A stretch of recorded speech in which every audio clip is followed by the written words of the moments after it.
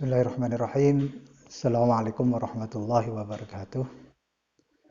Pada sesi ini kita akan melanjutkan pembicaraan kita tentang Suratul Fatihah ayat yang pertama. Bismillahirrahmanirrahim. Pada kata yang ketiga ya. Bismillah.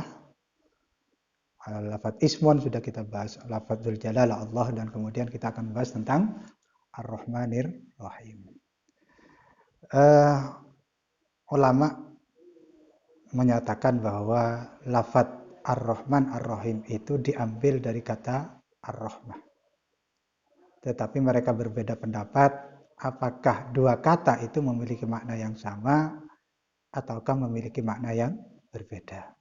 Sebagian mengatakan bahwa kata yang kedua, yaitu Ar-Rahim, itu adalah merupakan penguat daripada kata yang pertama, yaitu Ar-Rahman. Jadi kalau diartikan yang pertama itu Ar-Rahman, ya, pengasih, maka kita mengartikannya dengan penyayang. Penyayang itu adalah penguat daripada kata pengasih. Itu kaul yang pertama. Tetapi inda ulama salaf, ya, beliau para ulama salaf mengatakan sifatun qaimatun bidzatihi ta'ala la na'rifu haqiqataha. Sifat, ya, yang ada pada zatullah yang kita tidak tahu gimana sih hakikatnya. Kita hanya tahu pada asar, pengaruh, dampak dari sifat itu, yaitu al-ihsan, kebaikan Allah yang Allah tunjukkan kepada kita semua. Itu inda salaf. Kemudian ada juga yang mengatakan bahwa Ar-Rahman itu al-mun'im ala jami'il khalqi. Zat yang maha pemberi, penyayang kepada semua makhluk.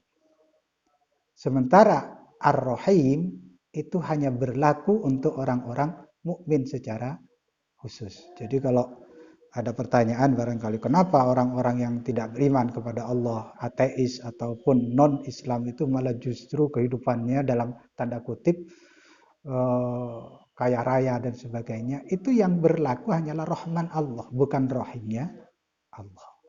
Ya.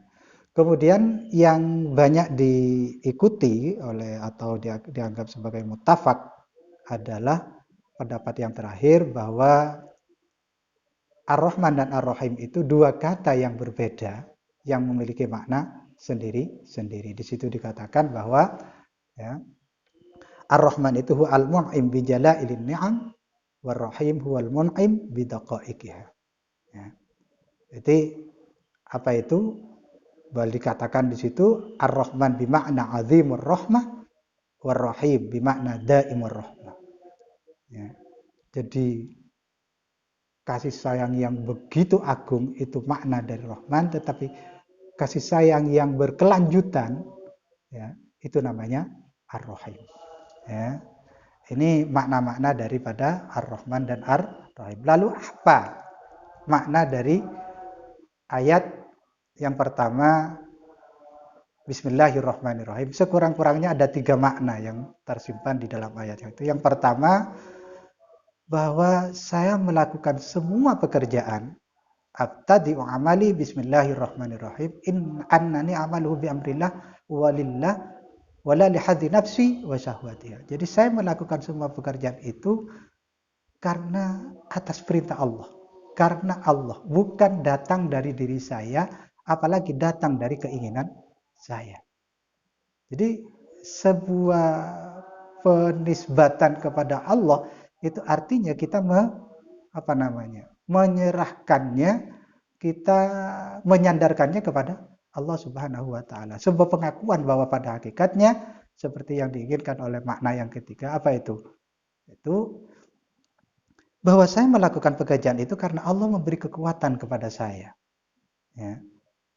Seandainya Allah tidak memberi kekuatan apapun kepada saya, maka saya tidak akan bisa melakukan sesuatu apapun. Kali di situ maknanya la haula wala quwata illa billahil aliyil azim. Karena saya bisa melakukan sesuatu itu atas pemberian Allah, maka saya membebaskan diri saya dari melakukan sesuatu itu atas nama saya atau karena diri saya. Jadi bukan oleh ke aku, tidak. Tetapi kalau saya bisa melakukan sesuatu itu semata-mata karena Allah telah memberikan kekuatan itu kepada saya. Ya, tentu ini tidak dalam pemahaman yang ijbari. Yang ijbari itu gimana? Bahwa kalau saya berbuat ini karena Allah, berbuat begitu juga karena Allah, dalam makna seakan-akan manusia tidak punya kekuatan apapun, itu tentu tidak seperti itu. Tetapi juga tidak Mu'tazili, di mana semua itu karena saya, seakan-akan tidak ada peran Allah di situ. Kemudian makna yang terakhir dari basmalah ini adalah bahwa seakan-akan Allah menyuruh kepada Rasulullah, bacakanlah wahai Muhammad, ya, surat itu, bahwa itu datangnya dari Allah.